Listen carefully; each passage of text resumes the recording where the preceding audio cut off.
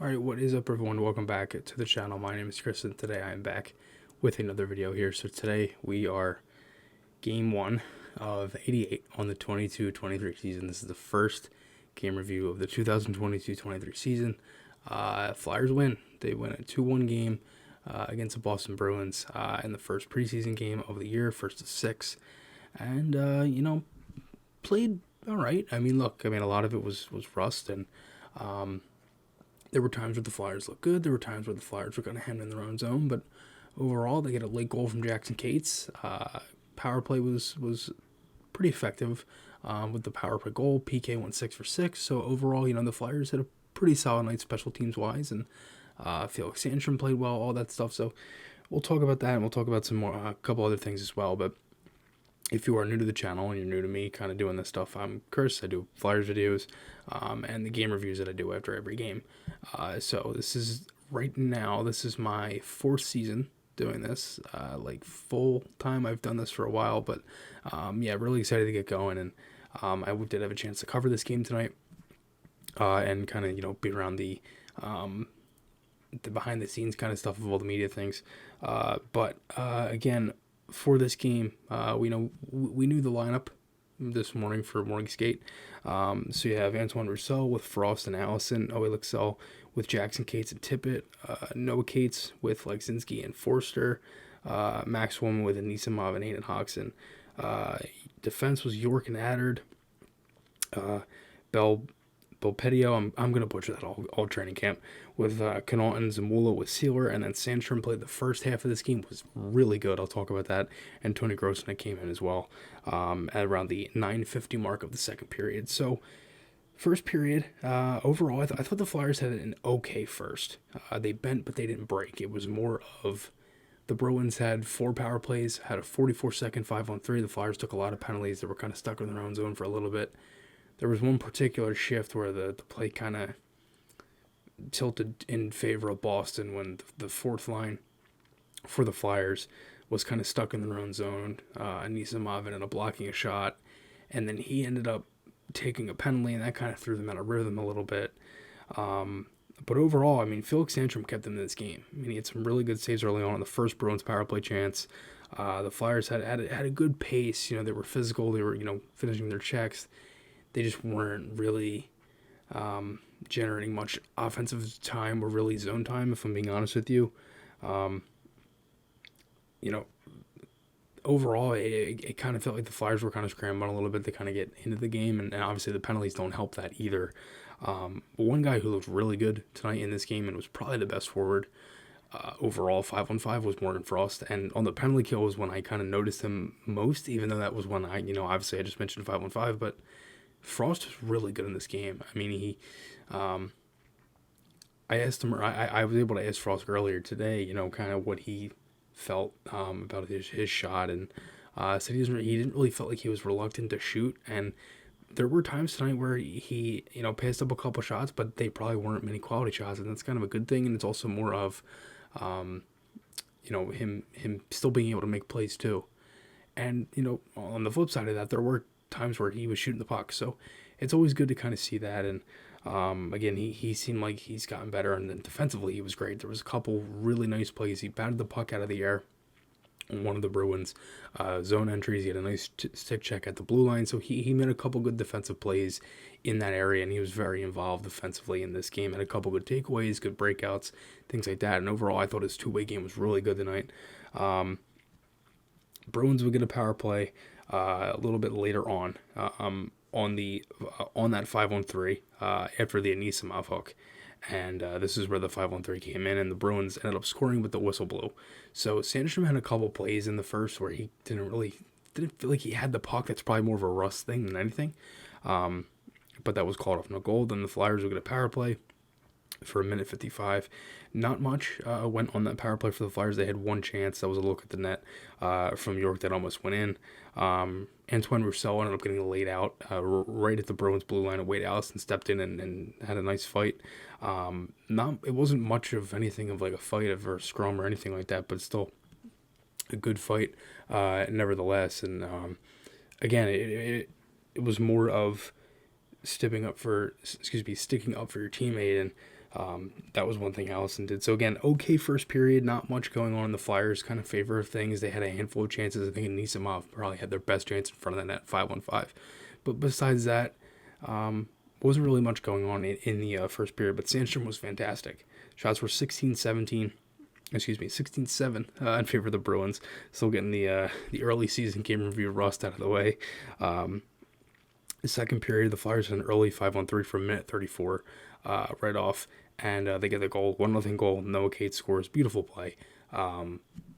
Initial shot comes from Forster. Frost with a great behind the back pass, and Cates slam dunk inside of the net. Nothing better than that, and really nice play from Frost to just get it to him. And that's what you want to see. It's not the, it's not even really that much of a fancy play. It's just you see him there and just chips it right over, and Cates with the slam dunk. It was pretty much all Flyers early on. They had a much better second. Outside of that, though, really outside of the goal, they had a couple shots after that, but the game kind of settled down for both teams. Not as many chances. More tight checking back and forth. This is 9:50 where Grosnick comes in. So Sandstrom overall had a really solid performance. Again, only played half the game. Didn't see as much rubber in the second. He only faced one shot in the first 10 minutes. So the Flyers, that shows you the Flyers also play better. But two, Sandstrom kept him in that game. He had a really nice save early on, diving across, got a piece of it. He just was that a solid performance for what we saw from Sandstrom tonight. And, it's more of, look, it's only half the game, and obviously these guys are battling, but it's definitely something, he said post-game that the last handful of games there gave him some confidence, and he was kind of building on that throughout the summer. So it seems like that definitely faded into this game as well. Flyers had power play a little bit later on a delayed game from Boston. Cates had a chance between the legs. Frost had a few nice passes, but eventually ended up getting killed off. Ronnie Adder, I didn't really see too much of his game that I really liked tonight. I'll probably go back and watch some more stuff too, but he had a really bad shift here where he had two bad breakout passes. They were just kind of fumbled. Didn't really make the good read on the play of where the forward was going, and then ended up taking a delay game penalty. So rough shift there. I didn't really think he had a great game tonight either, but obviously he's still maturing, and I think he's definitely going to need some time in Lehigh Valley too.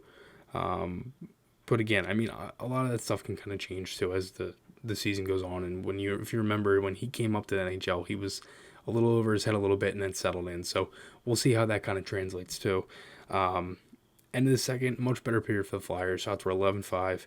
Played much better. They had the lead. They, again, not as much zone time later on, but they kind of took the last couple of minutes they had in the first and carried that over in the second, because those few minutes there later in the first, they had more zone time and pressure. In the third, Frost had a really nice move early on, and again, a nice move to get out of the zone, breakout pass. Sealer ended up just carrying it in. Ended up missing Tippett with the pass, but again, another good example of Frost just kind of getting into the zone. Bruins will get a power play. Again, good penalty kill.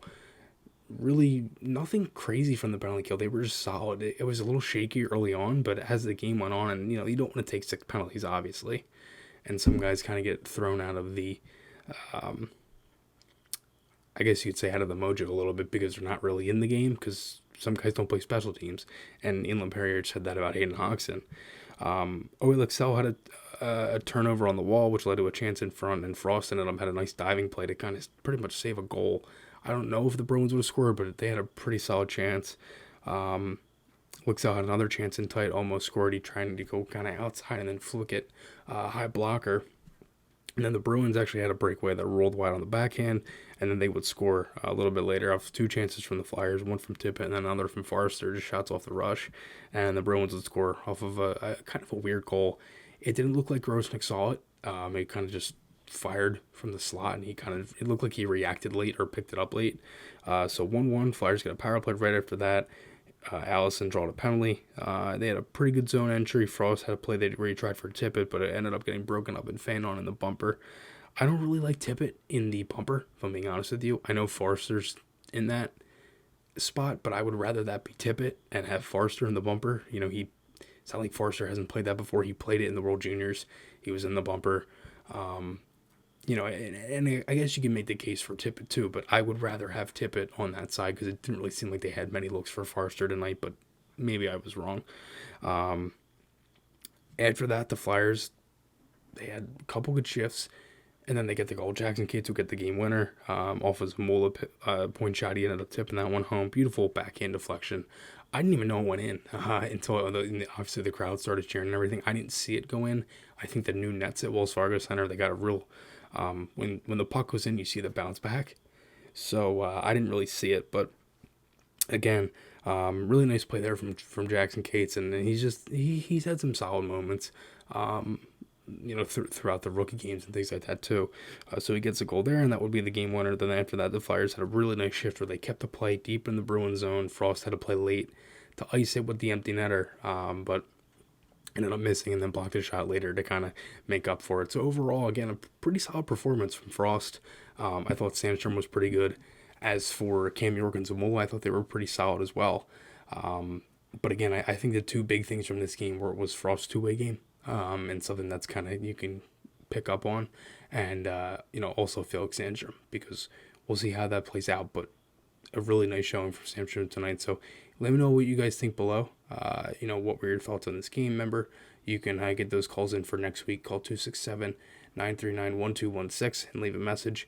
And also for the Flyers fan club, check them out as always. But we are also on the road to 2,000 subscribers. So please hit that subscribe button if you appreciate it. I appreciate it so much. If you enjoyed watching this video, and I will talk to you all again soon.